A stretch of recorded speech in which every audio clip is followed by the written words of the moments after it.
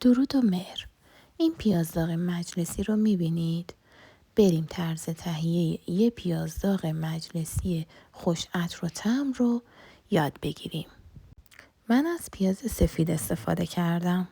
پیازا رو پوست میگیریم، توی آب سرد میذاریم تا موقع خورد کردن پیازا گاز پیاز اذیتمون نکنه.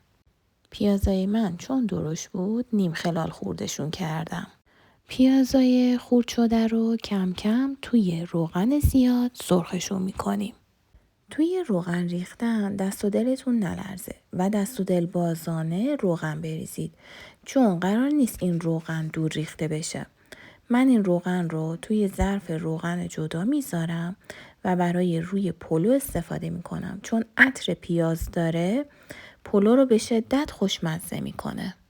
پیازای سرخ شده رو توی ظرفی مثل علک یا صافی میریزیم تا روغنش جدا بشه.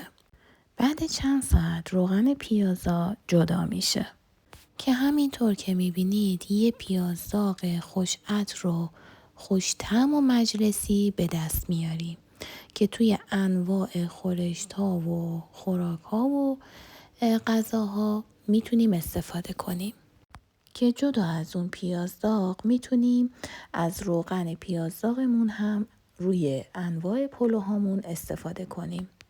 و این پیازداغ رو توی ظرف‌های فریزری میریزم و به مدت چند ماه توی فریزر ماندگاری داره.